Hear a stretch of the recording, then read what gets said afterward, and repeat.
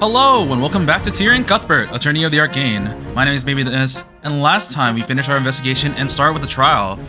After talking with this new character and learning more about him, Virgile, we found out that he was going to be the judge of the next trial, and the prosecutor was going to be Daddy Steelwind.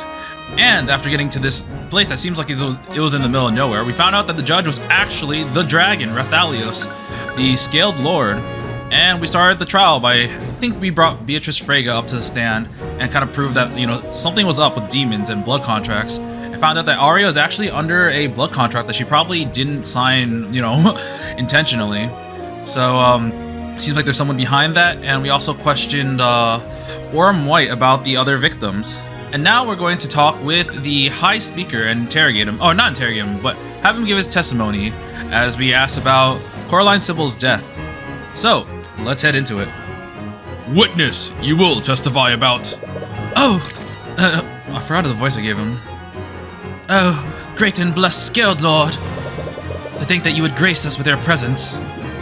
Oh my god. Forgive me, Lord Rathalion. I spoke out of turn. You must think I'm an arrogant fool. Wow, it looks like the witness is schmoozing the judge for once. How many times do I have to tell you people that I am not a god? Yes, I revere and serve the god of dragons, but I'm not Bahamut's avatar. But you're the Scaled Lord. I am just a dragon. I'm not even a powerful one. I'm not a deity. This humility. That's exactly what Bahamut's avatar would say. I swear to God. He even swears by the god's name. Lucio, please handle this. Perhaps another approach is warranted. High Speaker Arceus, the great and powerful Rathalion calls upon you today. We require your... Oh, you require my blood? Of course, I will gladly give my life for the Scaled Lord. Oh, no, what? No. He's like... it's kind of funny to see Lucio like this. Of course, my blood could never be enough. Would you just let me... I will do as you wish, my lord. It might take some time, though. I'll need some time to gather the followers and... he's like, okay, just stop right there. Oh my god, we just want your testimony. Just tell us what you saw when Miss Steelwind was at the westward balcony yesterday. Yes, I see. If that's what you truly wish, my lord. Are we just gonna ignore how he was ready to commit mass murder? Be quiet. We just got him to calm down. I'll kill everyone for you. I was doing some paperwork in my quarters, and I suppose I lost track of the time. My alarm went off and I realized it was time for my afternoon prayers.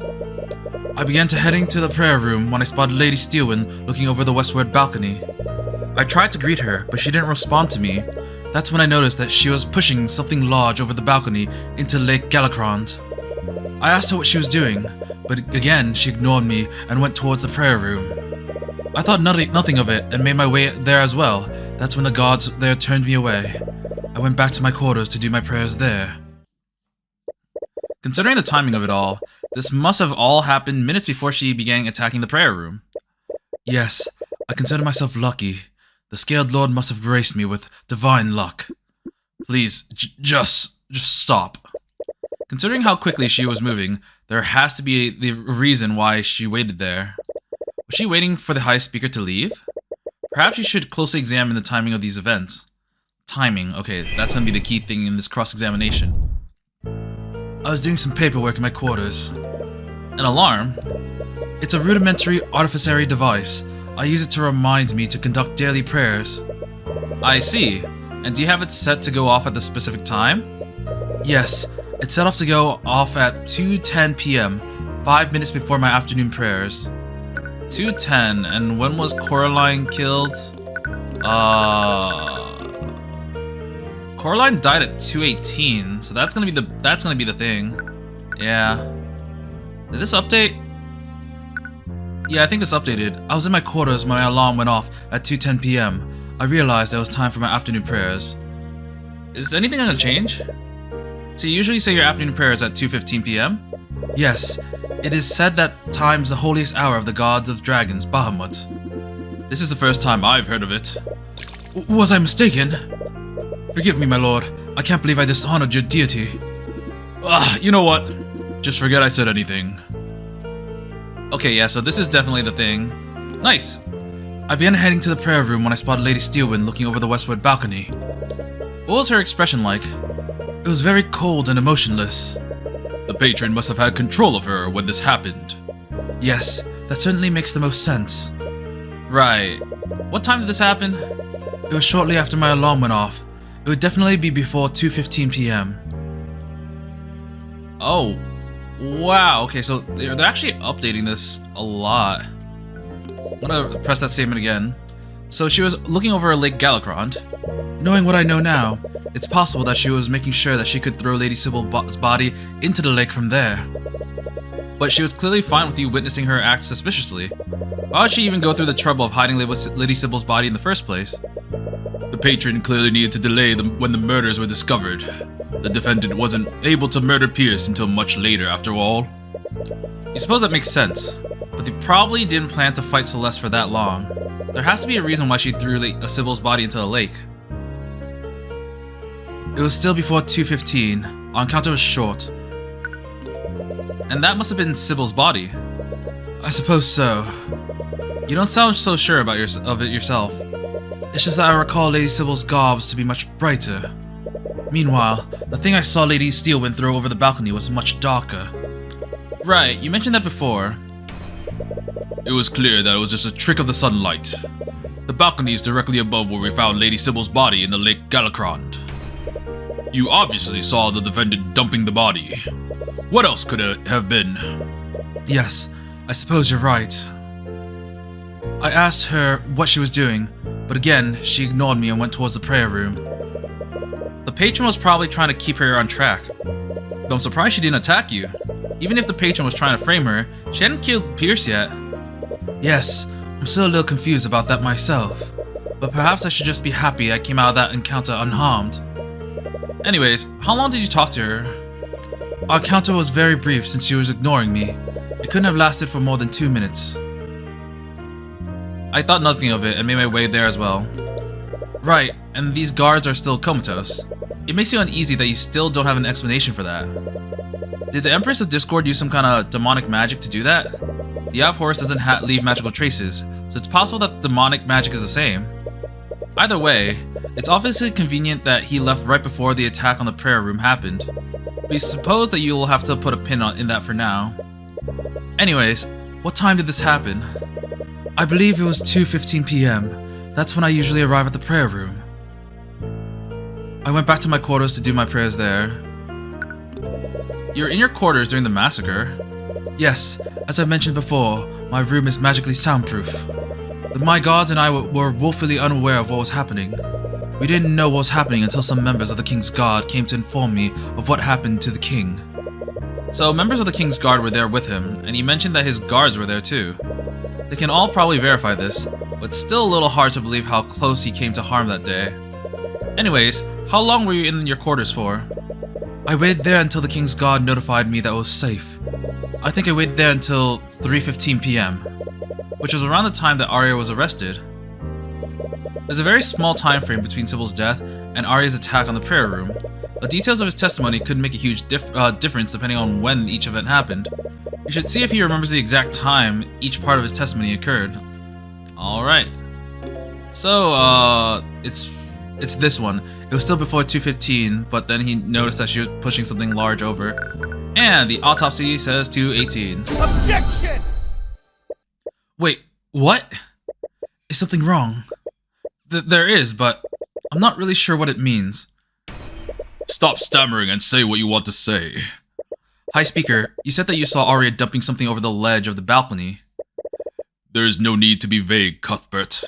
It's clear from the evidence that he saw my daughter dumping Lady Sybil's body. That's the thing, Lord Steelwind. It couldn't have been Lady Sybil's body. What are you talking about? The location from that balcony to where we found Lady Sybil's body lines up perfectly. That may be, but the witness just said that he saw Arya dumping the body before 2:15. What? Wait! You see it too, don't you, Lucio? I love how he's calling him by his first name. Yeah, no respect for you. How did Arya dump Coraline Sybil's body into Lake Galacrond before 2:15? If her time of death was 2:18 p.m.?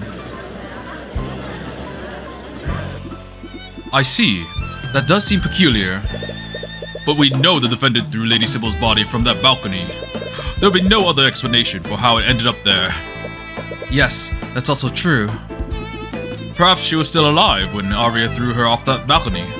She could have been knocked unconscious with a sleep spell. Your Grace, there were no traces of conjuration magic on her body. And even if she was asleep, she wouldn't have survived the fall from that height. The distance from that balcony to the lake is more than 30 stories. And the autopsy report says that the cause of death was suffocation, not blunt force. Right. So when did she die? I think it was probably she died... died after she hit the water? No, that was wrong. She must have died after she hit the water. But, Mr. Cuthbert, Lucio just said that she would have died upon impact. But that's assuming that she didn't do anything to lessen the blow. She might have had the opportunity to cast a spell to protect herself. That might explain why her body isn't as damaged despite falling from such a great height. Objection! Again, that doesn't match with the evidence. Lady Sybil's spell compendium contains the spell Slow Fall. If she had the opportunity to cast a spell, she would have used that spell to slow her descent. And she wouldn't have taken any damage from hitting the lake if she'd done that. Huh, that's a really good point. But just indulge me for a second. Oh, maybe that was right. What spell did Sybil cast upon herself? So she used the stone skin. She must have cast stone skin on herself. Stone skin? If you recall, the High Speaker mentioned something that was strange about the object that Arya threw over the balcony. It was much darker, and that didn't match with Sybil's usual garb. Almost as if there was something else that Sybil was wearing. That object was actually Lady Sybil, protected by a layer of stone. But that still doesn't explain why she would cast that instead of Slow Fall. He's right. Why did Lady Sybil cast stone skin on herself? I think Lady Sybil cast stone skin before she was thrown into the lake. She cast stone skin on herself before she was thrown into the lake. Arya must have attacked her, and then she cast a spell in response. Huh, that would protect her from the Steel Wind strike. Would it? I guess he would know best. But that doesn't seem quite right. What do you mean? I may not have seen much, but I saw that the object Arya dumped was stiff and motionless. If it had been Lady Sybil, she would have been struggling against her, wouldn't she? That's a good point too. The High Speaker saw Arya dumping a motionless Sybil, but if we assume my logic is correct, she would have also been alive. Why was Sybil motionless despite being unconscious? Was she affected by a spell? Oh no, maybe she was knocked out afterwards. Never mind. No, following the logic thus far, Lady Sybil was affected by stone skin, and she was still conscious. She would be immune to most blunt force impacts. She was affected by a spell. Okay, sure. She must have been affected by a spell. And considering that it kept her from resisting Arya, the patron must have made Arya cast that spell on her. Which spell did Arya cast on Sybil? I forgot Arya's spell compendium. She used Hold Creature. That way she'd, it would make sense with the stiffness. Alright, so Hold. There we go. It was Hold Creature. Sybil must have cast Stone Skin on herself when Arya attacked her. And the patron must have known that Arya couldn't physically damage her like that. So they ordered her to restrain Sybil with that spell. Ha! And Sybil died by suffocation. That's right, Lucio. How did Lady Sybil suffocate? Even if she was restrained, Lady Sybil was still protected by stone skin. That would have left only one option for the patron. Well, she drowned in Lake Galacrond. Lady Sybil suffocated when Arya threw her into Lake Galacrond. Her stone skin lessened the impact of the fall, but also made her drop like a literal rock. Arya's Hold Creature spell prevented her from moving or releasing her spell. She was helpless as she sank to the bottom of a lake. Huh. No, okay, no, that checks. For a second I thought maybe Hold Creature would make it so that they can't move, like, from their physical space. So even if you hold them in place, you can't move them, but I think you actually can. Yeah, that makes sense, because you can also attack people while they're being held. Yeah, that makes sense.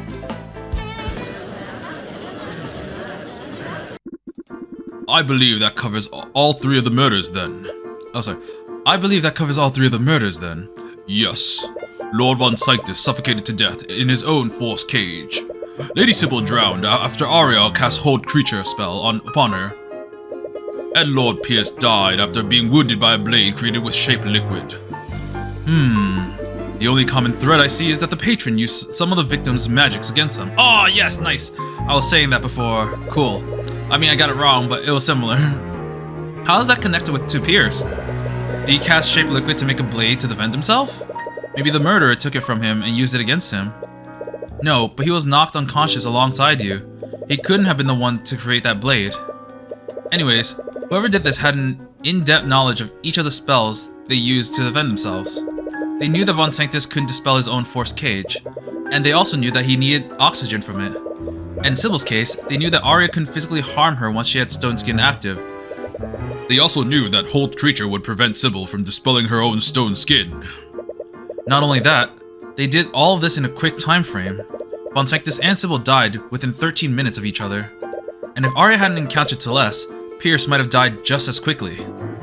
So, whoever did this had an in-depth knowledge of the high-level magic. Not only that, they came up with creative ways to bypass the defenses put up by Von Sanctus and Sybil. Yes, and they had the ability to react quickly and decisively. But considering the circumstances, that hardly narrows it down. Several members of the 4 Pillar families were present that day. Each and every one of them studied at the Imperial Academy. They would all be knowledgeable in magic and its applications. Something they say isn't sitting right by you for some reason. There's something there, so why can't you see it? It's no use. You just can't piece it together yet. You're not finished yet. There's another angle to this. Consider who the patron did and didn't target. What's similar about some of the targets? The victims were Lloyd Von Sanctus, Coraline Sybil, and Garrick Pierce. What's a similarity that we can draw between at least 2 of them? Well, 2 of them are criminals, because they both killed someone. So Garrick Pierce and Von Sanctus has killed someone. I know I mentioned this last time, but like, it's just the fact that Arya has a blood contract because she signed a paper. Arya's the type of person that would go through everything with a fine-tooth comb. So like, you would think that she would look at the papers, and I hate to keep saying this, but I feel like the only time she would sign something is if she were flustered, and the only person that makes her do that is Aster. And Aster is very, like, against the current nobility. And clearly the people that died were people that were, you know, couldn't be changed, and also people that were abusing the legal system. So it gives him a motive for that. I'm just not sure how much into his own ideals he is. Because I might be taking the extreme version, but I hate to say this, but at the moment, I think Aster is on the top of my suspect list, just because of how he makes Steelwind feels. Okay, so Pierce and Von Sanctus are convicted murderers of the common folk, of pillar families, of a lesser noble house, of the common folk. Oh, sorry. I thought they meant they murdered people of the common folk, not that they are common folk. No, the victims were Von Sanctus, Sybil, and Pierce. It doesn't quite work for all 3 of them, but there's a common thread between at least 2 of them. Yeah, oh, actually it doesn't match up with what I was thinking, so maybe it's, Sybil and Von Sanctus are house leaders of the Pillar families? No, the victims, okay. Oh wait, I said Pierce by accident, I meant to say Sybil. Yeah, there we go. Von Sanctus and Sybil were the heads of their respective noble houses. Are you saying that the patron's goal was to assassinate leaders of the 4 houses? That's the motive that makes the most sense. But that does leave one question. Huh. Don't be coy. I'm not daft, Cuthbert. Actually, I highly doubt it was you. Really now? Out of most people there, you could have easily tricked your daughter into signing a blood contract. But why would you need to do that? You are the Grand General of the Wyvern Guard military, and the Cathedral was filled with your men. You could have easily equipped one of your best mages to carry out this massacre, and you wouldn't even need to make a deal with a demon to do so. So, why wasn't Lucio targeted then? From her encounter with Celeste, it's clear that there's a limit to Arya's combat capabilities. The patron must have simply doubted Arya's ability to defeat the Grand General. But there's also another explanation. Why didn't the patron target Lucio's Steelwind? I think it might be this. The patron wanted to frame House Steelwind for the murders, Because with this, 3 of the noble houses, their house leaders are dead, and the remaining one will be, you know, responsible for the murder, so all the 4 pillars will be gone. Yep. The patron wanted the people to suspect House Steelwind for the murders. They used Lucille Steelwind's daughter to commit the crime. Then they intentionally left him alive to cast suspicion on him. That's why they used my daughter? Is that a tinge of anger you feel from him? Oh, he cares. He actually cares a little bit. Anyways, that leads to my next point. Imagine if we never discovered Arya's blood contract with the Empress of Discord. What would have happened? We'd still think that Steelwind succumbed to Mageblight. She would have been convicted for the murders, and trust in House Steelwind would be forever diminished. About a month ago, House Fraga lost his head, and his successor, Lee Fraga, was woefully unprepared to take his place. Now, the head of House Von Sanctus and House Sybil are dead, with House Steelwind being held responsible for it all. All 4 of the Pillar families would have been weakened as a result of the massacre. But I think there's another layer to this. Everything fits together if we assume that the patron's goal was to weaken the Pillar families, except for the murder of Garrick Pierce. Yes, in contrast to Sybil and Von Sanctus, Pierce's political power pales in comparison. Furthermore, Pierce was already scheduled to be executed next month for the murder of Flinnar McCoy. Why did the patron target Garrick Pierce? Why would the patron go through the trouble of murdering a condemned man? I think it's because Pierce had something to do with the Celeste's parents.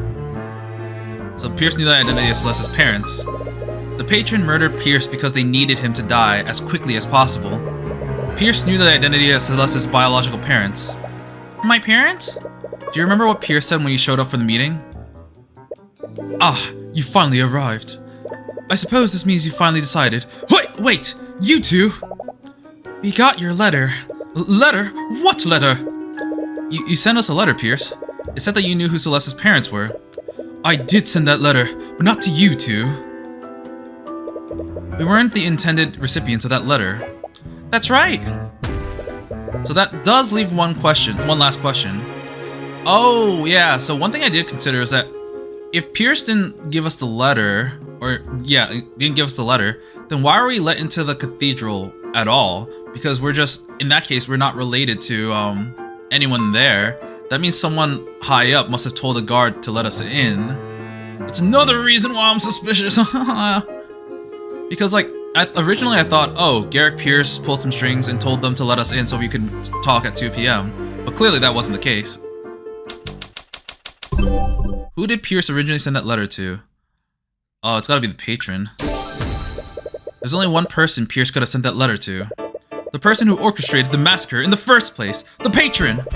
But that means... The patron is someone who would be threatened by Celeste's parentage. Rah! Order in the court. But I don't understand. I'm sorry, I know there's a lot to take in. So this only kind of adds to Celeste's parents being, the king and the queen, because, okay, I'm making the assumptions, but if Aster was a culprit, he would also make Arya deliver the letter without anyone noticing, because she would have been, controlled by Aster. It just makes a lot of sense to me. I'm pretty sure that Arya's probably the one who put the letter in, just from the fact that Arya was, blood contract stuff. I'm sorry, I know there's a lot to take in, but I think they were targeting you for some reason. Pierce knew the identity of Celeste's parents and attempted to blackmail the patron with this. Instead of complying with Pierce's demands, the patron instead sent the letter to me. But why go through the trouble of luring you there? They could have just allowed Pierce to wait in the prayer room while the defendant made their way to murder him. Looking back on it, it's possible that they wanted to kill Celeste too. What?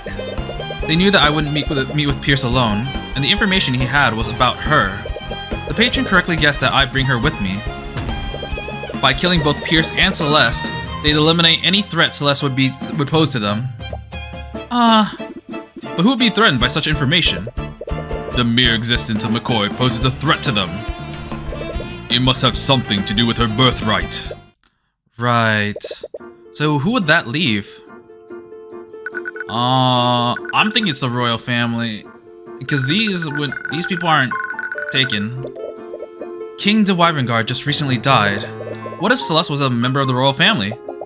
You think I'm a princess? I don't want to suspect Aster, but we need to consider every possibility. And when it comes to the conflicts of inheritance, a royal line of succession is the first thing that comes to mind. Not only that, the king would have the authority to pardon Pierce for his crimes.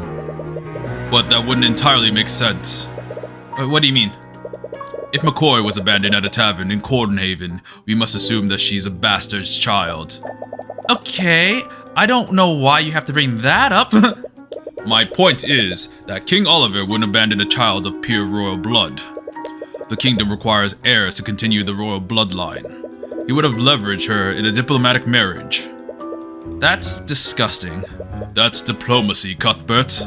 Anyways, if McCoy was of royal blood, Aster is the king's eldest child. And he's of pure royal blood. McCoy would have no claim to the throne under these circumstances. Right, I see what you mean. I suppose that eliminates Aster for now. Should it? Should it? Anyways, we should consider the other suspects first. So who would that leave? I want to say House Steelwind just to see what he says. As much as I have my doubts, House Steelwind is the only Pillar family whose house leader survived that past month. You think I'm McCoy's biological father? You're barely a father to your actual daughter. I'm only stating the possibility for the sake of argument. As I said, it wouldn't make sense for you to frame your own daughter when House Steelwind would be blamed. But we need to consider every possibility. Anyways, we should consider the other suspects first. So who would that leave? House Fraga?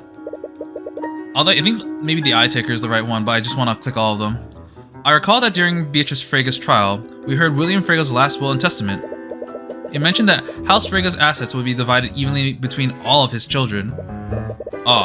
If McCoy were to be revealed as a Fraga, his daughters would be legally obligated to share the estate with her. Could I seriously be a Fraga? I don't want to suspect Leaf or Miriam, but we need to consider every possibility. Oh, okay, I think we're doing this just because we have to literally go through every possibility, and then maybe we'll make an answer after hearing all of them. And as we've seen, the Fragas are no strangers to making deals with demons. But it still doesn't quite fit. I doubt Leaf or Miriam would do something like this. What are you basing that on? I tend to be a good judge of character, and they don't seem like the type to do something like this. You're far too trusting. I hold no doubt that any of William's children would be capable of doing something like this. I suppose we'll have to see. Anyways, we should consider the other suspects first. Who would that... Okay, Eye Taker. What if the Eye Taker orchestrated this whole thing? The Eye Taker? That common criminal? What reason would he have to do this? I've heard firsthand that he was planning to expand his influence throughout Wyvernguard. He was actually plotting with Beatrice to use House Fraga to do so. Since I ruined his original plans, setting up that massacre might have been his backup plan. Perhaps we were looking at this all wrong. What if Celeste was a part of the royal family, and they were planning to use her to take the throne? But if he wanted to do so, why would he put McCoy in danger by having my daughter attack her? Not only that, he also had the perfect opportunity to murder his majesty. Imagine if he had placed a more lethal contingent spell in that glyph of contingency. His majesty might have very well died alongside Von Sanctus, Sybil, and Pierce. Yeah, I suppose you're right. But we need to consider every possibility. I can't think of anyone else. Yes, there's a flaw with each suspect. Your logic is clearly flawed. Well, you don't see him coming up with any ideas. There's something here I'm not seeing, but I know I'm close. There's a missing piece that ties all this together. Regardless, we still have no idea who this Empress of Discord is. I'm loath to allow such an individual walk freely throughout Wyvernguard. Your Grace, you've been alive since the creation of Wyvernguard and magic. Oh, it was him? Oh no, he's talking about the dragon. Do you know who this demon is? I can't say I do. Demons tend to take many titles over their lifetimes. But whoever this Empress is, they are brave to so blatantly encroach on my domain like this. Well, I suppose we'll just have to cross that bridge when we get there. We've attained a lot of information today, but we clearly have many questions that need to be answered. How should we proceed? What is it, Mr. Cuthbert? I can't help but feel like there's something here I'm not seeing. I just can't put my finger on it. We have been working at this for quite a while. Perhaps we should suspend proceedings so that we can look into these new leads. I have no objections. It would give my men some time to look into what we discovered today. Oh, wait, what? That looked really weird. It didn't feel like a seamless transition to this. It looked like it was going to Cuthbert or something. I don't know. I'll have to look at that later. Then it's settled. We'll be postponing proceedings for now, but you'll all be expected to return here by tomorrow morning. You are all free to return to your homes for the time being. But make no mistake, the King's God will be keeping careful watch over all of you. Alright, day 2 of investigating, it seems. There's still this constant nagging sensation in the back of your mind. Hey, Tyrion? It's as if you've forgotten something extremely important. Tyrion! What is it? What could be so important yet so difficult to remember? Tyrion! Sorry. I was just thinking about everything. You're looking really stressed out. Do you want to head back to your house to rest? No, we only have a day until the trial resumes. If we can't figure out what happened after tomorrow, the magical traces will dissipate. But you already know what happened. You just don't know who did it. Yeah, but we should speak with the suspects again. Maybe if I get lucky, we'll see something through the eye of Horus. But one of the suspects is the Eye Taker. What are you gonna do about him? I suppose I'll have to speak with him too. What? No! What if he tries to kill you again? Arya's life is on the line. That's just a risk I'll have to take. Tyrion, do you even understand what you've been pulled into? What? Someone just murdered a bunch of nobles. They even attacked members of the royal family. Now there are ancient dragons and demon lords involved. Isn't this above your pay grade? Ouch. You know that's not what I meant. It's just this whole thing is crazy, isn't it? It's fine. It's just like any other of our investigations. It's not, though. What if the Empress of Discord attacks you? What if the patron decides that you're getting too close to the truth? What if I can't? Her voice begins to break. Celeste? Are you still worried about what happened during the massacre? I'm fine. I already told you that you didn't do anything wrong. You almost died, Tyrion. I know. Tyrion, you almost died! I know, Celeste. No, Tyrion, I don't think you do. Do you have any idea how worried I was when she broke past me? When I saw you all lying on the floor? So many things were going through my mind. I don't know what I would have done if you were... She can't even complete that sentence. Celeste, You're so focused on everything that you've been ignoring her. She was attacked by Arya and almost died. You never even thought about how traumatic that must have been for her. I'm sorry, I didn't think... Don't apologize. Just, please. Please, just leave this to Lucio and the Scaled Lord. You've done enough already. They can figure the rest of it out. And what if it's not enough? I'm not so arrogant that I think that they can't do it without me. What if they can't figure out who the patron is? Arya will spend the rest of her life in prison. What if I could have done something to prevent that? I don't care if that happens. Celeste! I don't care, Tyrion! I'll apologize to her all you want after this, but all I want is to keep you safe. I don't know if I'm able to do that anymore. Even she seems surprised by what she said. I'm sorry. I didn't mean to... I'm really happy that you're a part of my life. What? I know what you're saying is coming from a place of care, and I'm really sorry about how much I've been worrying you lately, but... You're not gonna stop, are you? It's like I've always said. Man, king or god, nothing will stop you from getting justice for your clients. I'm gonna talk to Lucio. What? If we're gonna meet with the Eye Taker again, we're bringing some knights with us. Celeste, that's hardly... Nope! You don't get a say in this! And if you're not here when I'm back, I will find you. Judging from her expression, it's not an empty threat. Fine, just go. Uh-oh, who's gonna approach us now? Is it Eris? I think it's Eris. She might have a point, though. Before everything happened, you weren't even sure if you wanted to continue being attorney. Maybe you should consider a safer, quieter life after all this is done. Perhaps a life with her. Wait, what? Alright, Lucio's cleared it. It was surprisingly easy to convince him. Are you okay? I'm fine. Let's just not waste any more time. Before she has a chance to respond, you hastily walk past her. Hey, don't walk so far ahead! You need to stay focused on the trial for Arya's sake. But when this is all over, you'll... Well, you suppose you don't have to think about that until then. Alright. Well, yeah, it's day 2 of investigating. I'm not sure if there's gonna only be 2 or 3 days of investigating, because I think Beatrice's was really long. I think we investigated for like 3 days.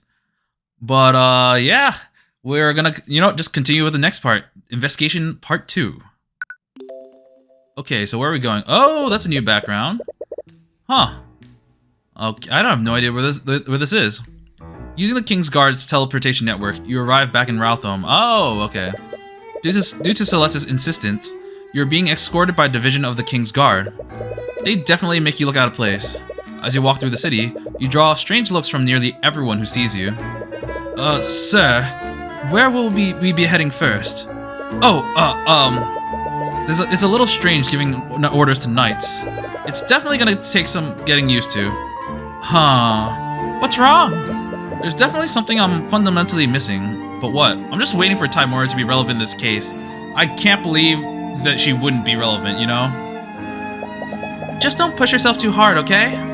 Yeah, I'll try to pace myself. Anyways, we should speak with each of the suspects and confirm their alibis. That might help me finally put things together. Each of the nobles has returned to their respective homes. But our teleportation network should help you travel around Wyvengard. Oh, that's pretty neat. The investigation. This nagging feeling won't go away. It's really annoying. It's like when you know a word that to describe something, but you can't remember what it actually is. Don't push yourself too hard, okay? If you feel tired, don't be embarrassed to take a break. Yeah, I'll try not to exert myself too much. Are you sure that you're okay? Yeah, I'm only a little drowsy from that sleep spell. You shouldn't push yourself if you feel tired. I'm sure that the King's Guard are fully capable of investigating what happened. She has a point, but considering who the victims were, whoever orchestrated— okay, wow, this is the same thing that I presented to her before the trial. Okay, I guess maybe these won't be useful then. Yeah, these won't be useful. Alright, so no need to present here. But I want to examine this city. I see several commoner houses from here. If I squint really hard, I can probably see my house from here. Ah. It's a city courthouse. Every trial I've been a part of has been held in this building. Excluding the current trial, obviously. What else is here? Oh, this place is a shop selling various wares. The items they sell are more suited for adventurers, so I've never really gone there myself. Arcanum. No magic here. Alright, let's go to Fraga Manor or Cathedral of the Scaled Lord. Let's go to Fraga Manor first. Whoosh. You arrive at Fraga Manor, hoping to speak with Leaf and Miriam. After some asking around, one of the servants mentions that they appear to be entertaining guests in the study. You normally wouldn't interrupt them, but you've already eaten up a lot of time traveling here. Whatever they're discussing can wait.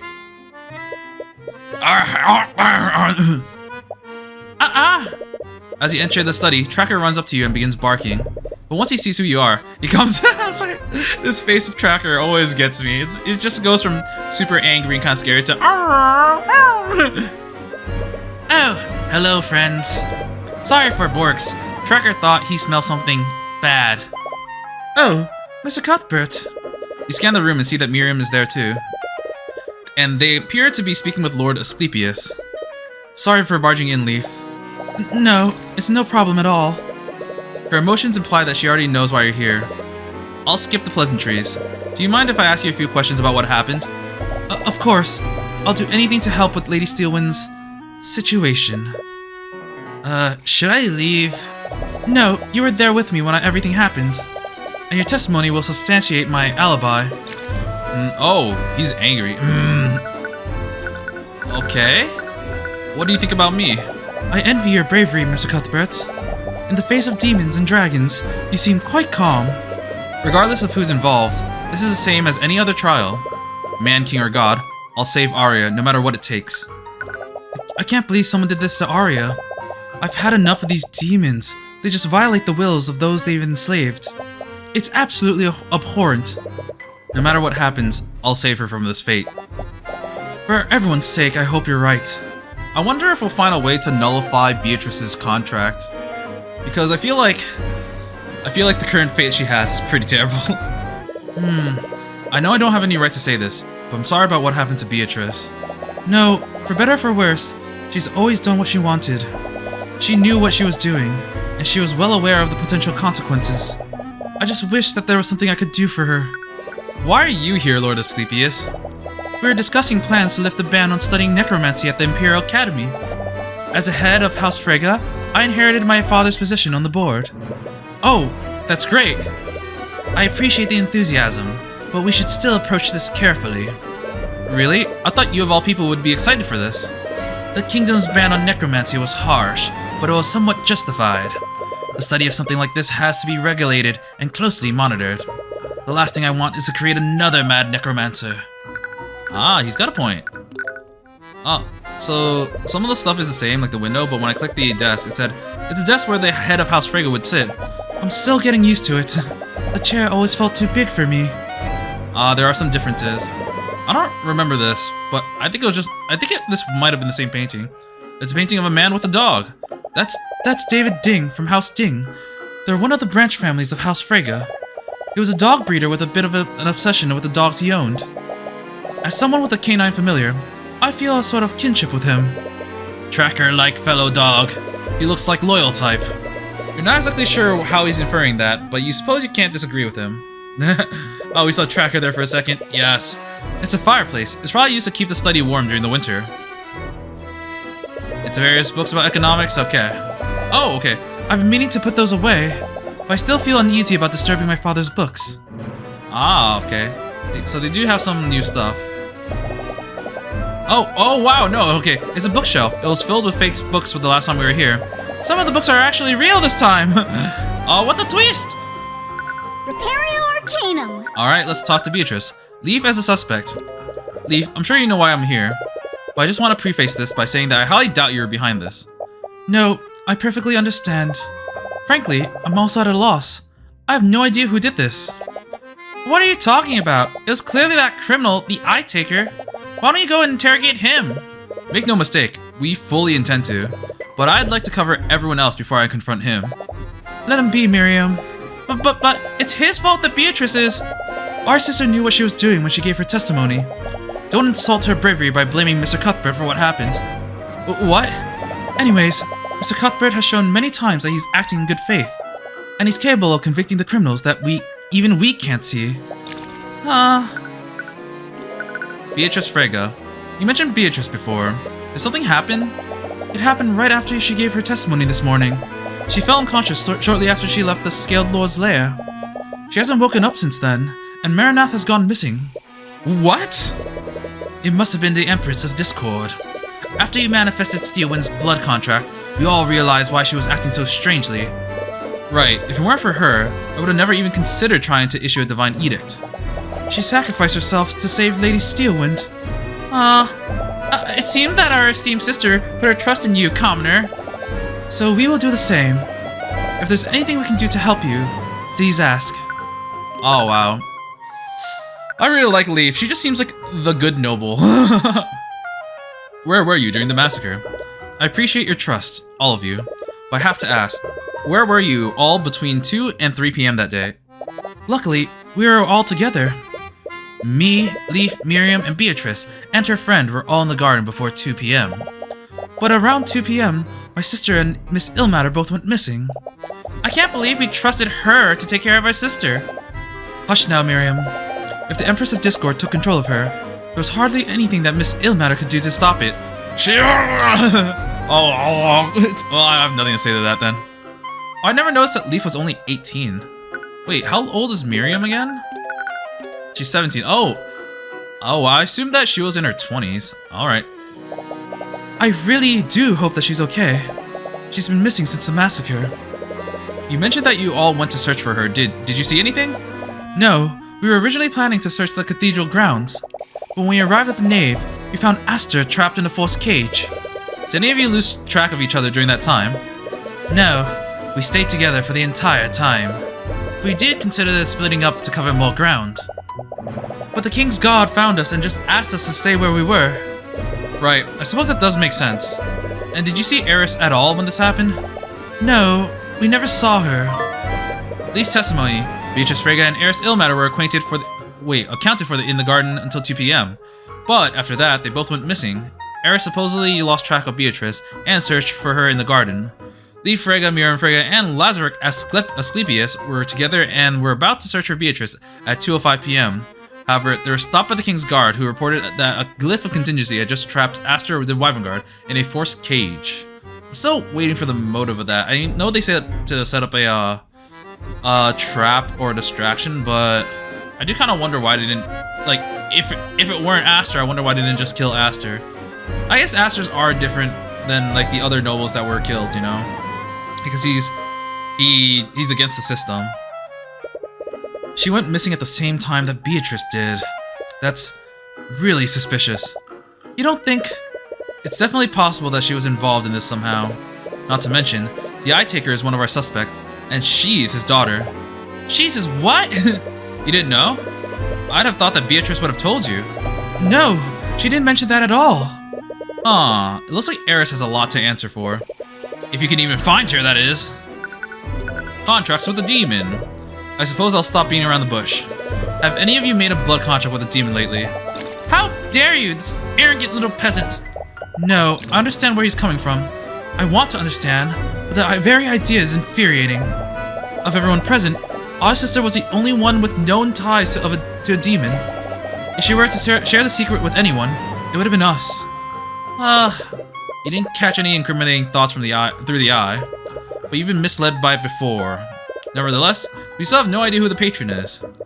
I was actually meaning to ask you during the trial. Can't you just use this divine edict of yours to figure out who the patron is?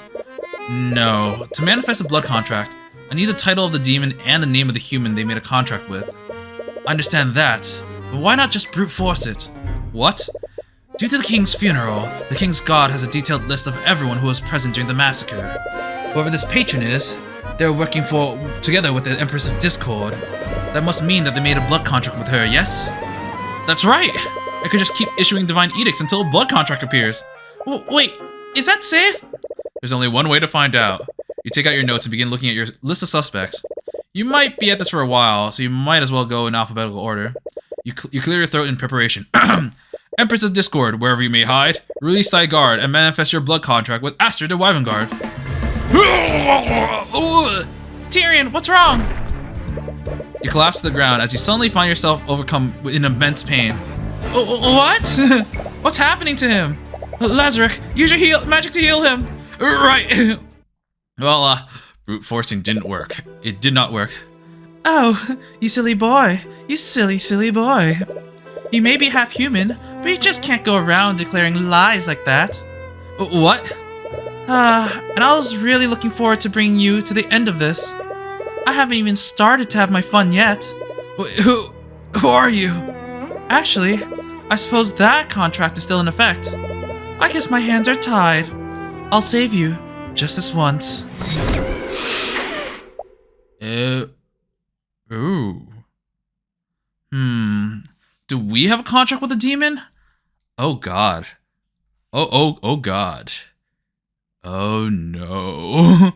Rian! Tyrion! Please, wake up! Celeste? You're okay. You most certainly don't feel okay. You can feel every part of your body aching.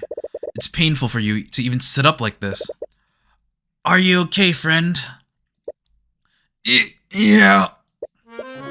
What happened? You died. What? I never brought anyone back from something like that. That was my strongest spell too. You have no idea how lucky you are. If I wasn't here, who knows what might have happened. I don't understand. The last thing I remember was issuing my divine edict. Wait. Was that the cause? I've done it before without any problems. I just used it this morning. Why did divine edict harm you? It's because, is Aster here? Aster does not have a blood contract with the Empress of Discord. It might be because Aster doesn't have a blood contract with the Empress. If demons are unable to lie, that might still hold true for angels as well. The divine edict must be some sort of divine power, so asking for a blood contract that doesn't exist might be considered a lie. Sorry, it's my fault for suggesting it. No, I was being reckless. So Aster doesn't have a blood contract. Huh. I feel like it's gonna be relevant that we requested his name first, because, I mean, alphabetical order. Actually, wait a second, that's not alphabetical order. We have Alaric too, and he's also relevant. Because AL versus AS. Yeah, so we didn't go in alphabetical order. Anyone else here with the name of A? I mean, the only other one with the name of A is Arya, and we already know her blood contract. No, I was being reckless. Please, be more careful. I don't think my heart can take this. Well, at least you know Aster didn't do this. That was the most obvious one. Either way, you should still make note of this. No blood contract. Oh, it's going in our evidence. It's relevant. Aster the Wyvern Guard has no blood contract with the Empress of Discord. Obviously. Obviously. Ugh. Anyways, it's clear to you that I can't just brute force this. I'll just have to wait until I'm certain of the patron's identity. Just please be careful. Anyways, it looks like you found out everything you can here. Perhaps you should move somewhere else. Alright, next target. Let's go to the Grand Cathedral, the Scaled Lord. You arrive back at the Grand Cathedral, the Scaled Lord. You probably won't need to investigate the crime scene again. You wonder if Aster or Lucio might be here. Oh, Mr. Cuthbert. As you enter, you're approached by Aster, Alaric, and Lucio. How's your investigation? Are you okay? You look quite pale. Yeah, there was quite a bit of an accident earlier. You're a little bit too embarrassed to admit that you almost ended up dying. Well, try to exude more caution next time. It'd be dishonorable if you didn't fall by my hand. Why is everything you say so aggressive? Anyways, you finally have your next suspect here, but judging from the evidence you gathered, it's very unlikely that Aster is a patron. I feel like we're jumping to conclusions. You do wonder if he saw something though. So yeah, it seems like this is probably gonna be the same. So chairs, glass window, magic. Yep, there's nothing here. And everything is probably gonna be the same. I wonder what he thinks about these people. Okay, never mind. Nothing about the giant dragon that spawned out of nowhere. Alright, what do you think of Lucio Steelwind? Why are you looking at me like that, Cuthbert? Oh, sorry. After he attacked you in Fraga Manor, you've always been a little wary of him. If it weren't for Celeste's reflexes, he might have very well killed you that day. I'm not going to attack you again. I hope you can understand my uneasiness. You did almost kill me the first time we met. What? That's not... It's because you're a Heaven's Born. What? Huh. What does me being a Heaven's Born have to do with this? It's difficult to explain to someone like you, but warriors such as I must hone and develop our senses to survive in battle. Eventually, we develop the ability to sense hidden enemies and anticipate danger. I've heard that such senses are heightened when in the presence of extraplanar entities. Until I met you and Beatrice Fraga's familiar, I thought those stories were complete nonsense. Me and Marinath? As a Heaven's Born, your blood is said to originate from the heavens. I wouldn't go so far to say that I believe in the existence of other planes, but I admit that I still feel a certain aura from you that doesn't feel quite human. So that's why you attacked me. I was exuding a threatening aura? It was actually the opposite. Your aura was too calming and benign. I thought it must be some kind of trick or illusion. I see. Well, that's quite an astounding ability. What about you, McCoy? What? Did you not sense a similar aura when you first met him? Is that true? Well... Wow! There's a really big carriage outside. I wonder who it belongs to. Oh, there's someone in the inn too. Is that guy visiting my dad? Now I get a good look at him. He's kind of cute. Yeah. It was kind of similar. For some reason, you feel a little embarrassed. Aster as a suspect. Aster, I'm sure you know why I'm here. It's because I'm one of your suspects, isn't it? I forgot about this side of him. Your Majesty, you are the reigning king of Wyvern God. I expect you to conduct yourself with more dignity. Of course. My apologies, Lord Steelwind. Anyways, it's questioning you is honestly a formality at this point. Really? A lot of the evidence works in your favor. He doesn't have a blood contract with the Empress after all. I wonder what happens if I would have gone here first. Maybe it would have just diverted me back to Fraga Manor. Well, I appreciate your vote of confidence nonetheless. Or maybe we wouldn't have been able to go through all the options, and then we'd go over to Fraga Manor, get the blood contract information, and then come back. The false cage. Lucio, have you made any headway in figuring out who set that trap for Aster? No, I haven't. It makes me uneasy that you let someone get that close to my father's body. Yes, I can't begin to apologize for my men's incompetence. If they were more vigilant, perhaps we could have avoided this whole tragedy entirely. So your men were guarding the late king's coffin? Yes, there wasn't a single moment when his body was left unguarded. We found traces of illusion magic at the location of the false cage, although we're still not sure about who could have set that trap up. There are also members of the King's Guard that can cast both False Cage and Glyph of Contingency, and many of them fell comatose during the massacre. So we don't even know if one of them betrayed us. Do you think my men are that weak, Your Majesty? I think anyone can be made weak when put through enough stress. Regardless, we have no way of telling who may have had been guarding the coffin when the trap was set. This means that we have no way of telling when that Glyph of Contingency was set. I was actually meaning to ask about that. Couldn't we wait for the 48 hours to elapse? If we make note of the exact time the traces of evocation disappear, we can work backwards to discern the exact time the trap was set. That's true. Well, normally we could. When a spell activated, I unfortunately panicked and cast a firebolt to try to destroy it. Of course, I didn't even put a dent in the Force Cage. Because of that, he left traces of evocation at the exact location of the Glyph of Contingency. We can't discern which traces were left by the patron's Glyph of Contingency or His Majesty's Firebolt. I'm terribly sorry about that, but it's kind of sus, man. The Trapped King, so this is updated. So, it was about the Firebolt, and there were traces of illusion magic at the crime scene. You can't blame him for reacting like that, but it's still going to make figuring out who did this much more difficult. Arya Steelwind. Have either of you spoken to Arya since the trial? We have. I think she's doing the best she can, all things considered. No thanks to you. What? She's only in this situation because of you. Lucio, that's not... Me? You're the one who's heartlessly prosecuting her.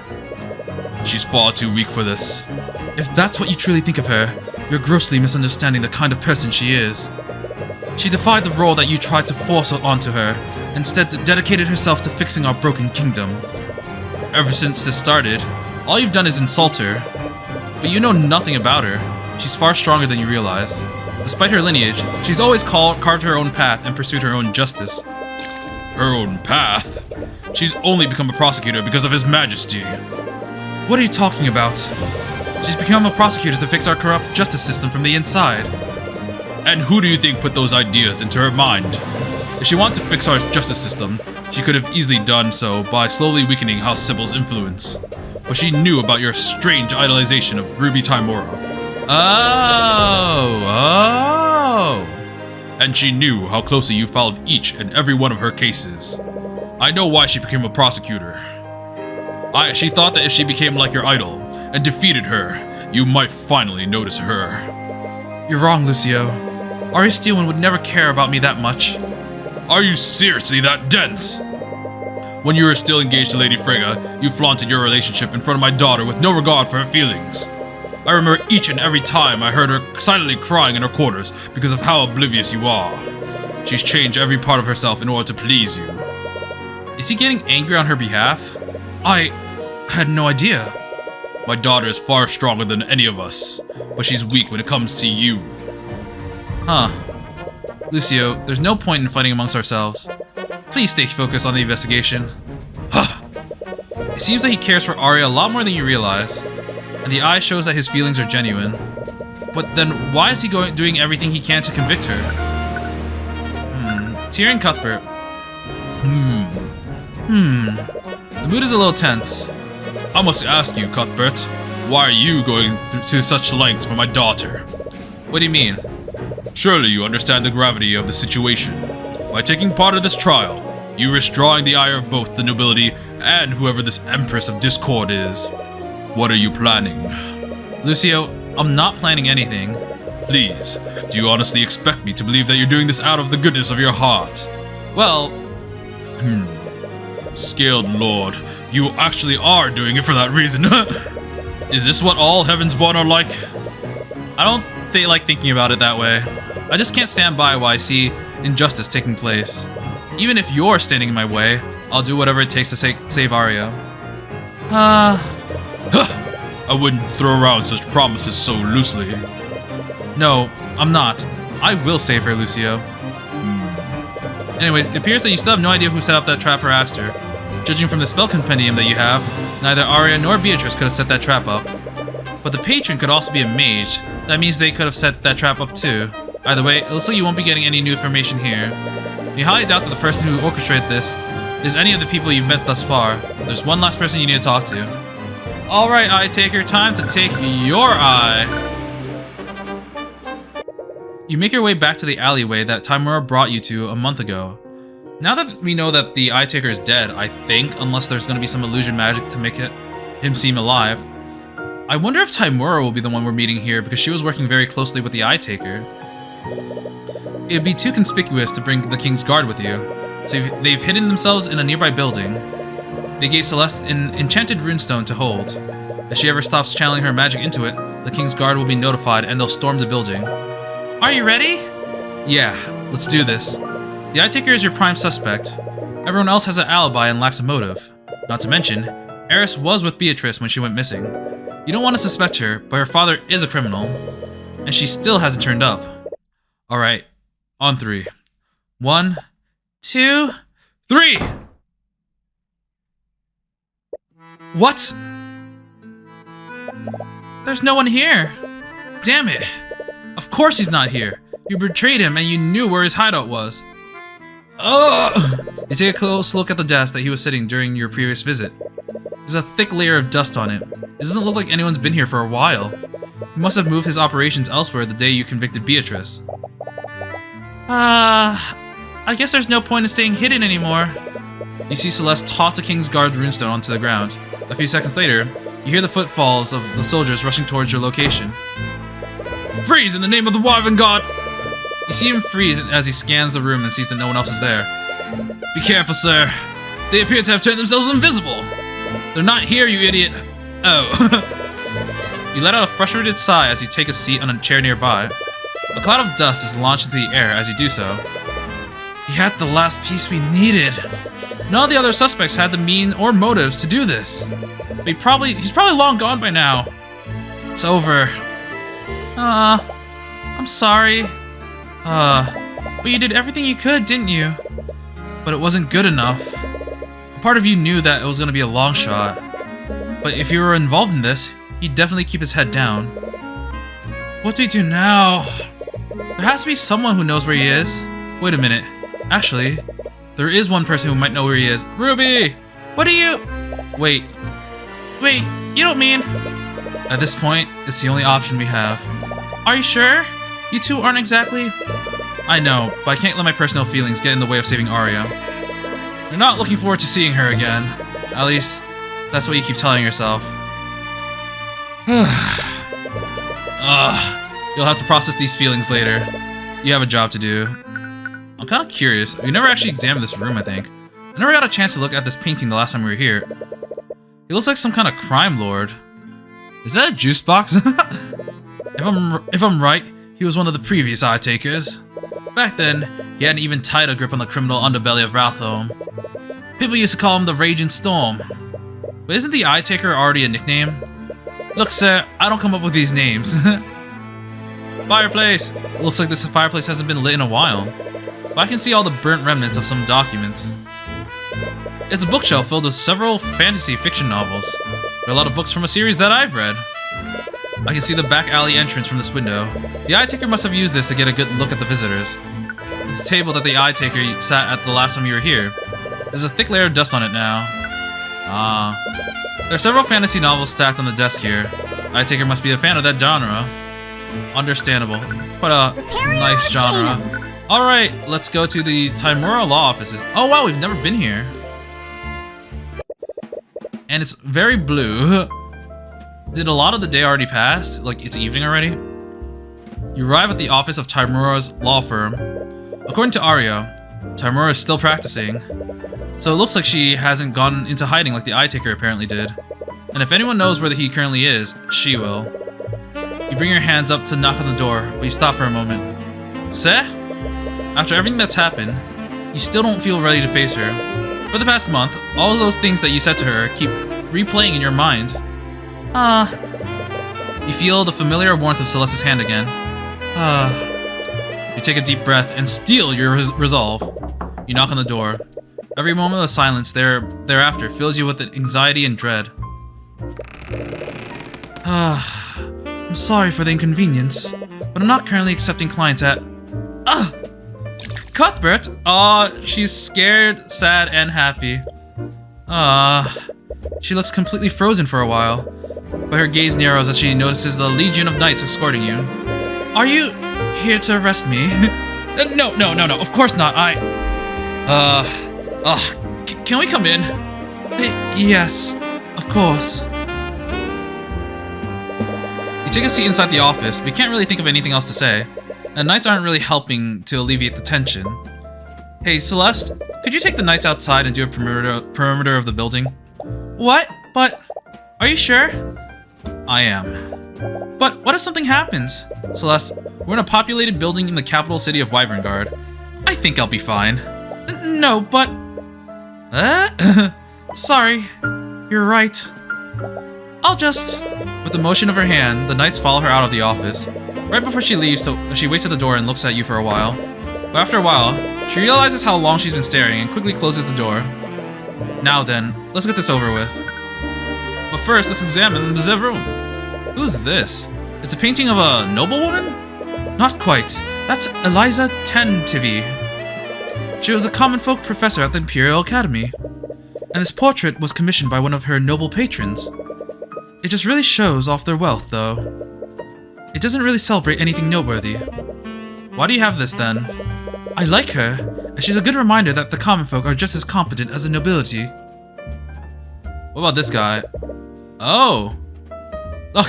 Sorry. I just noticed... If you look at the pictures, they're actually flipped. This guy is holding on the top right, and now he's showing that he's only on the top left. It's a painting of some sort of pirate. He was a pirate that was famous for ruthlessly destroying ships of anyone who stood in his way. During the Great Luminite War, the Wyverngard Crown hired him as a privateer to protect Aranax from the Theocracy's navy. He sailed near my hometown. During the Great War, Aranax was a vital foothold for Wyverngard's navy. Unfortunately, he was captured by the Theocracy and executed for his crimes. But I hear that he gave them a runaround for 8 years before he was captured. Wow. There's a seat for Tamura's clients. It looks extremely uncomfortable, but she's never let you sit in them when you were a child. I've always wondered how you could afford these things. I guess I finally know now. It's starting to get dark outside. We don't have much time left. Alright. It's a bookshelf. There are several books about law and national history. You read a lot of these books in front to back while studying to be an attorney. Alright, that might be it. And no magic. Wait! How did she do that? She's not even in the room with me. Let's present some stuff. This isn't really the time to present things to her. You can't really tell her about the case anyways. That's a good point. I guess we'll just talk then. Small talk. Is Celeste okay? She seems a bit on edge right now. Yeah, I think she's been overprotective lately. I don't really blame her. I did almost die a few times in the last few days. What? It's a long story. And I don't think I'm even allowed to talk about it, especially not with you. The last part came with a little bit more disdain than you intended. You take a deep breath. I received your letters. Oh, did you? I haven't gotten the chance to read them yet. Of course, whenever you're not busy. This is really awkward, but you're just going to have... You were going to have this conversation sooner or later. Perhaps it would be best just to be direct. Tamura's actions. Miss Tamura, I trusted you. Huh? I know. I trusted you. I told you everything about myself. I put all my hopes into you. And you lied to me. You told a criminal about the Eye of Horus. It took me years before I was comfortable enough to tell you about it. And you knew that. Why did you even adopt me? You could have just left me in Oranax and moved on with your life. Why'd you pull me into this? It sounds like she's trying to look for an answer, but nothing comes to her. I've started thinking about what my life could have been like. I could have done so many things. I might have been able to move on from losing my mother, but you adopted me. You made my entire life focus around that one moment.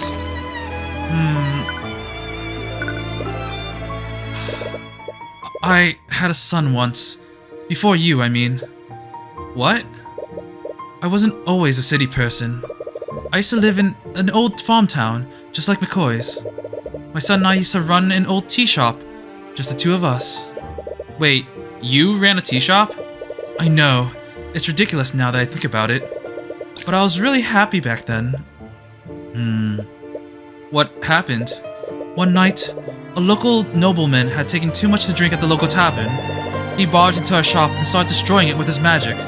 My son tried to stop him, but... The Inquisition swept the entire case under the rug, obviously. They said that the nobleman felt threatened and acted in self-defense. She never told you about this before. What was his name? It was Ryan. Oh, so it's kind of close to Tyrion. What did you do? What did you do after Ryan died? I thought long and hard about what I wanted to do. I was hurt and blinded by rage, so I decided to take up the justice into my own hands. Wait, you didn't... No, at the time I thought that killing him would be too easy. I broke into his manor and found every incriminating document I could find. I found everything, from records of illegitimate children to plots he was making against other noble houses. I released everything to the public.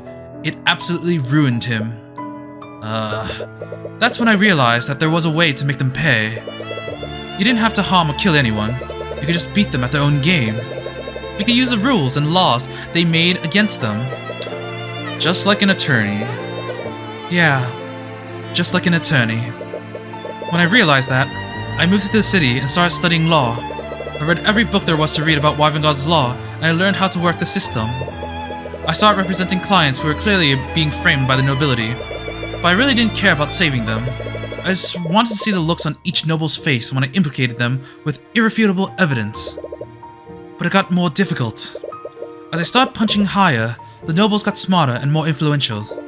I continued to acquit my clients, but the trials got closer and closer each time. But I was arrogant, and I felt invincible.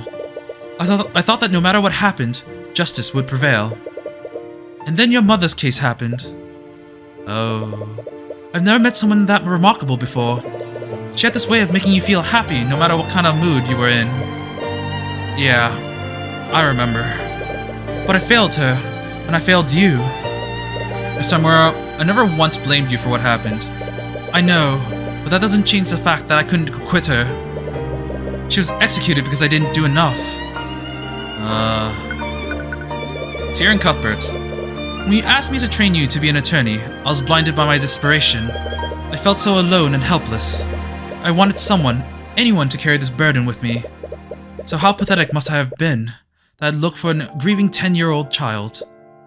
When I looked at you, all I wanted to see was myself. When I saw a hurt and broken person who wanted revenge on the nobility. But I was too self-centered to realize that you were nothing like me. You care about people. You cared more about saving your clients than harming the nobility. I think I knew all along, but I just refused to see it. Maybe you were right about me. What? Maybe I was just using you to make myself feel better. I took you from your home and forced you to dedicate your life to my dream. Maybe I never really cared. But if I did care about you, I would have never pulled you into a life like this. I'm sorry. I can't begin to apologize for doing that to you. The eye shows that her feelings are genuine, but does that even matter at this point? I've been thinking long and hard about this. I want to forgive you, Tamura, but I don't know if I can. I don't blame you, but I want to try. She looks away from you for a moment as she wipes a single tear. Miss Tamura, no, don't call me that. What? If you can truly find it in your heart to forgive me, I want things to be different this time. I'm not your superior nor your mentor this time. We're equals now. So call me by my first name. Okay, Ruby? Aw, look at her. She's so happy now. Aww. Saying it feels really strange after all these years, but you hope that you can get used to it. The Eye Taker. Right, I almost forgot the entire reason I came here. What is it? I didn't just come here to reconcile. I actually need your help with something. Okay? I need you to help me speak to the Eye Taker. Tyrion? I know, considering the circumstances, it would probably strain your partnership with him even more. Tyrion, but if you just tell me where he is, I'll do my best to make sure it doesn't get traced back to you. Tyrion, the Eye Taker is dead. What? He died right after you convicted Beatrice. He was lynched by a mob of civilians. What? Everyone's saying that it was some sort of retaliation from House Fraga. Didn't you notice that he didn't send anyone after you? But Eris said... Wait a minute. By the way, is your father still... Oh, if you're worried about him, we already had a conversation about you. I don't think he'll be accosting you anytime soon. Oh, thank you? Then why would Eris say that then? Who's Eris? What? You've met her before. She has long black hair, she wears a black dress. I guess she really likes black. But anyways, she's the Eye Taker's daughter. Tyrion, the Eye Taker's daughter has red hair. What? She was there when we spoke to him during Beatrice's trial. That's right. Wait, what are you talking about? She was never at that meeting. What? What's going on? She was clearly there. If it weren't for her interventions, the Eye Taker would have attacked that very moment. Why are you remembering things differently? I'm sorry, Lucio. Whoever this patron is, they have full ownership of her mind. They could have easily commanded her to forget signing the contract in the first place. That's probably why she can't remember what happened during the massacre. No! Tyrion, what's wrong? Why are you looking at me like that? A part of you really hopes that you're wrong about this. Why are Ruby's memories different from yours? Ruby signed a blood contract. That's the only explanation you can think of. But why? Her memories seem intact, except for her memories of Eris. Since her disappearance, you've highly suspected that she was involved in this. Not only was she at the scene of the crime, she went missing at the same time that Beatrice did. But you never thought to ask one question. Who is Eris Ilmater? Eris Ilmater is the Empress of Discord. A flood of memories come back to you. Warriors such as I must hone and develop our senses to survive in battle. Oh, it's gonna go back to Celeste's feelings about Eris. Eventually, we develop the ability to sense enemies and anticipate danger. I'd heard that such senses are heightened when in the presence of extraplanar entities. I thought those stories were complete hogwash until I met you and Beatrice Fraga's familiar. Tyrion, I fought literal monsters and barely escaped with my life, but when I'm near Eris, none of those creatures even come close. I get this feeling like I'm in front of a predator that I could never hope to beat. Every instinct I have tells me to run away whenever she's close by. I'm terribly sorry. He's not usually like this. It's to be expected. I'm not sure why, but animals have always disliked me. Oh, wait! Her profile changed to the Empress of Discord. Now that we figured it out. Oh, cool. Well, not that part, but when she was speaking. There's still very little you know about demons. So what's to say that one can't take the appearance of a human? It's still a long shot, but there's one way to find out for sure. Tyrion, talk to me. What's wrong? Ruby, I'm about to do something stupid. If I fall unconscious, I need you to call Celeste and tell her to contact Lord Asclepius or the Archduke. What? If you're wrong about this, there's no way either of them will get here in time. But it's already late, and the trial resumes tomorrow. You can't waste any more time traveling to either of their locations. Eris Ilmater, wherever and whatever you are, by the Eye of Horus, I issue upon you a divine edict. Release thy guards and manifest your blood contract with Ruby Timora. So, you finally figured it out, my dearest Tyrion? This entire time, I've been chasing you. You have. It's been so entertaining to watching you scramble around. Yeah, see, it says Empress of Discord. You've been making contracts with people across Wyverngard. You took control of Arya and Beatrice. But why? Why would you want to do any of this? Oh, I can't possibly reveal all my secrets. This isn't the proper stage to have our final battle. I suppose that you've come this far. So how about I give you a little gift? Okay. Ruby's blood contract. Upon signing this contract, Ruby Tamura grants the Empress of Discord access to her memories. Oh, so only her memories. At any time, the Empress may view any and all of Tamura's memories. In addition to that, the Empress may instantaneously change and alter her memories whenever she wishes. It's signed with Ruby Tamura's name. What? That's a very one-sided contract. Why? What was that? Ruby, Eris Illmatter is a demon.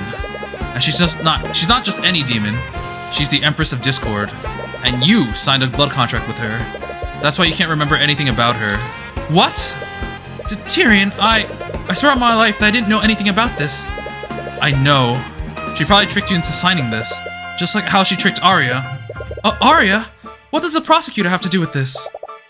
Come on, you two. I know things are kind of tense, but there's no need to... Wait, what are you holding? Is that a blood contract?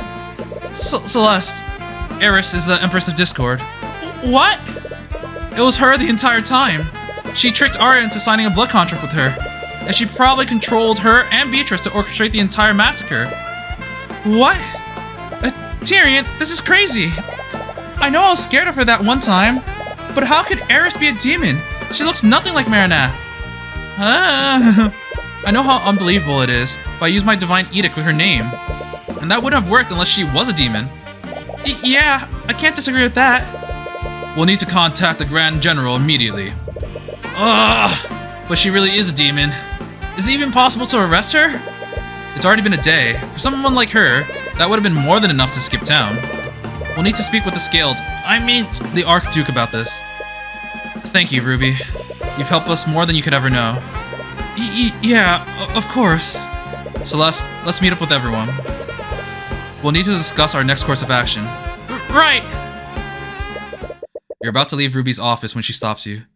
Tyrion, have you been using the Eye of Horus lately? Yeah? I can't say much about what I'm doing right now, but I am in the middle of a case. It's just that... What's wrong? Okay, is something gonna happen? Never mind. I don't think it's my place to say anything. I think I'm just being my usual paranoid self. I'm not the one with the ability to read minds anyways. So if you're not seeing it, it's probably nothing. Wait, what's she seeing? Okay? I know you can't tell me about what you're doing. I have no idea what could possibly involve the King's God, Steelwind, and the Empress of Discord. But just stay safe, okay? Oh, you're the only family I have left. I will. I promise. Thank you. You finally found the lead that you've been looking for, but you're not sure where this will take you.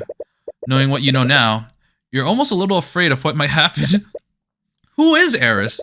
Why would she go through the trouble of orchestrating any of this? She's not only impersonated the Eye Taker's daughter, but she also pretended to be her friend. What's her goal in all of this? Hopefully, tomorrow will bring you the answers you're looking for. Ah. We're near the end. Is something wrong, Commander? Don't play dumb with me. They told me what you really are. What's your game, demon? Why would you just deliver yourself to our doorstep? Oh, Orim. I've put far too much work into this story to miss the final act. I can't wait to see how this ends.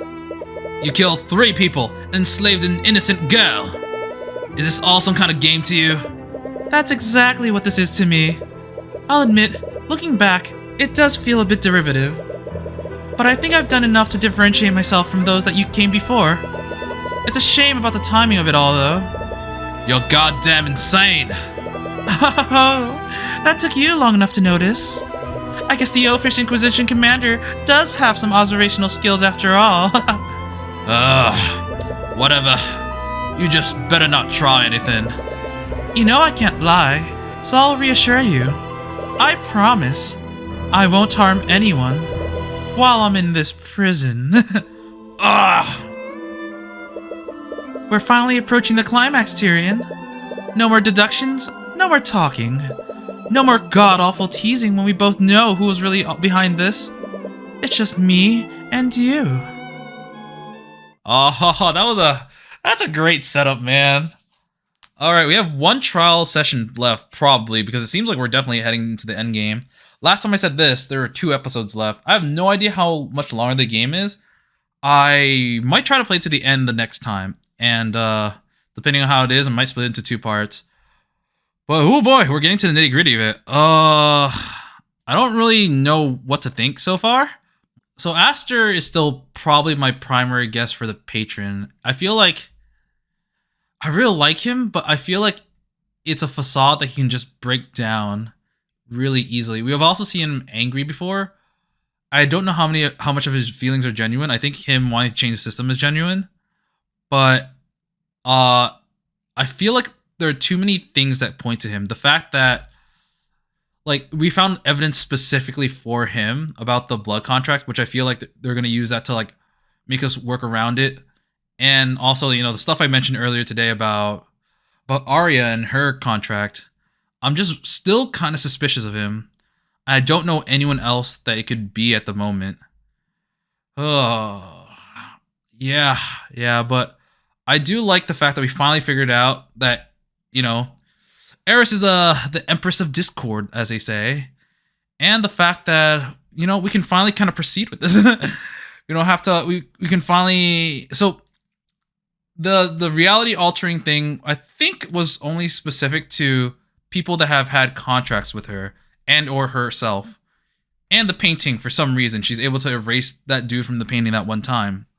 But if I recall, I think the only people who had like the King Crimson effect was like the headmaster, it was Eris, it was Timora, it was Beatrice. I can't really remember who else it was at the moment, but yeah, I'm kind of curious why Ruby signed the contract like that. I guess she was also tricked too. Maybe there was. I mean, it didn't seem like it was a long contract. There was nothing beneficial to Ruby, so it was definitely just a matter of tricking her into signing it somehow. But yeah, so that's. I didn't expect all of that just to be,